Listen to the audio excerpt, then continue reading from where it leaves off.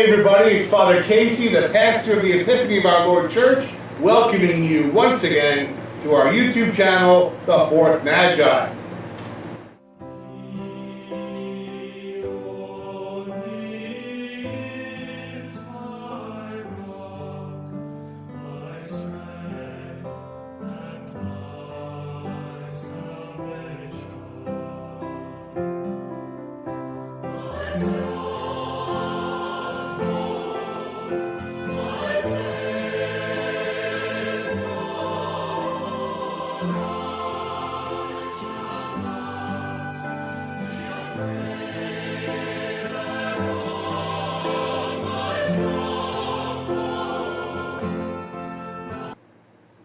You know, I was having confirmation here at the parish a couple of years ago, and you know, when a child receives confirmation, they approach the bishop, and their sponsor stands behind them with their hand on their shoulder, as the bishop asks them their name, and they tell them their confirmation name.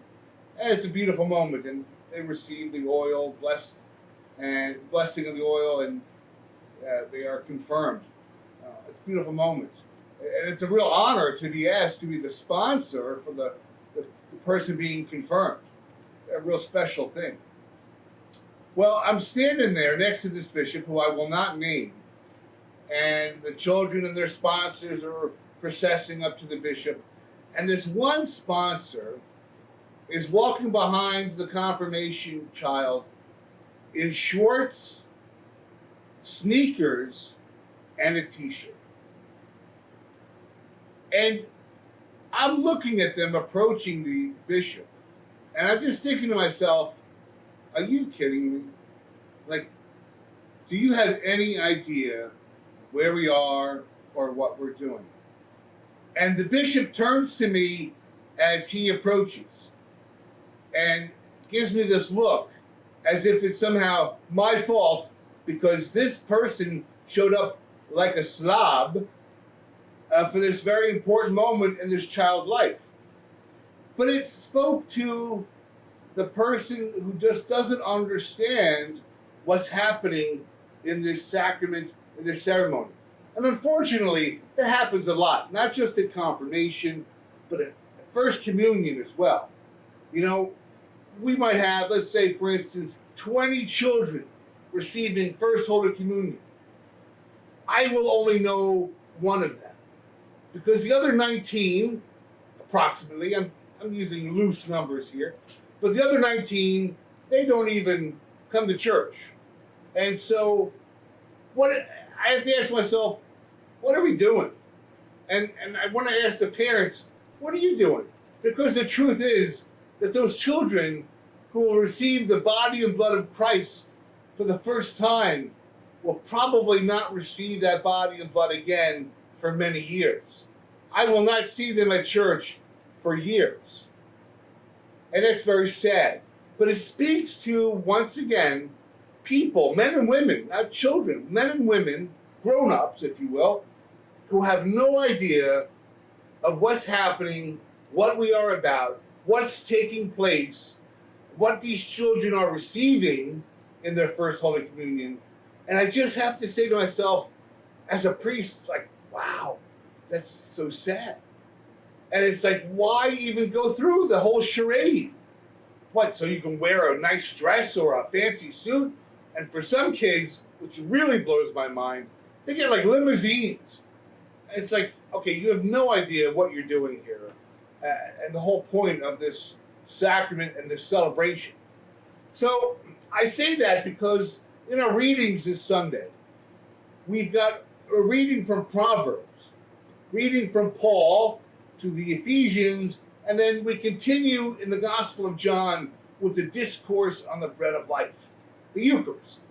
And Jesus really gets hot and heavy with talking about eat my flesh and drink my blood. I mean, he sounds like a cannibal. He sounds like a Dracula. I mean, he really is talking about some freaky, deaky stuff to people hearing it for the first time. But in the Proverbs, you know, wisdom invites us to know what's happening and to partake in it with an understanding of what's happening. And when you couple that with the gospel of Jesus speaking about his flesh and his blood giving everlasting life, the people hearing it, and they are murmuring, murmur, they're murmuring, which really just means that they're complaining and they're moaning and groaning, is that, like, what is this guy talking about? Give us his flesh and his blood. I mean, he had to sound like a real kook. Let's be honest.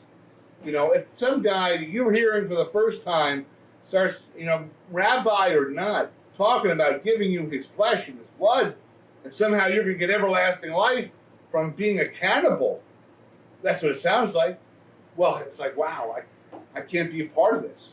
And unfortunately, we're going to find out after this reading this week that many of these disciples that were following him and really liked what he had to say prior to this, they walked away. And what does Jesus do? He lets them. Bye-bye. Because he really means what he says. But like I said last week, you got to stick around to find out where is this rabbi going with this teaching. But that's not the focus that I want to bring today.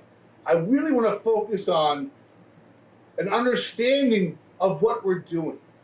So I want you to ask yourself, how do I prepare for church? Do I prepare? Do I do some reading about the scriptures that we're gonna read at church? Do I do some special prayers? What kind of preparations do I take for church?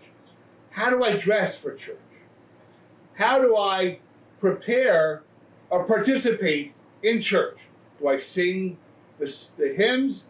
Do I respond at the proper times during the Mass? Am I present in this Mass? I mean, let's face it. If you're a grown-up, if you're mature enough to go to church on your own or with your family, it's your time.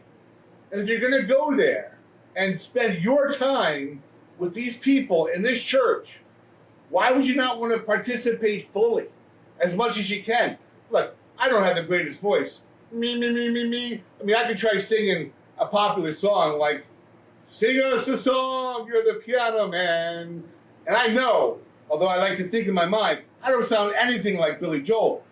But I'm going to sing the hymns because you know what? That's the voice that God gave me. And I'm going to give it back to him, whether he likes it or not. But ask yourself, do I participate in the Mass? Or do I just sit there and just be like, la, la, la, la, la, yeah, and I wait for the priest to entertain me. Maybe the priest or deacon will wow me with his homily. That's good because I want to be entertained. But maybe, I'm sitting there and I'm really thinking about the readings. I'm thinking about the prayers. And I'm thinking about, why am I here? What is the whole point? So that when it comes time for the Eucharist, that I understand what is happening and that Jesus is giving me his body and blood in the bread and wine, in the Eucharist, so that I can be a better Catholic Christian. That's the whole point. But if I go to church and I don't really know why I go to church and I don't participate in church and I don't prepare for church, you got to ask yourself, what am I doing? I mean, you can think of a million other ways to spend your time better. But the wise person prepares and understands why they're there. The fool doesn't have a clue. So, which one are you? Have a great week.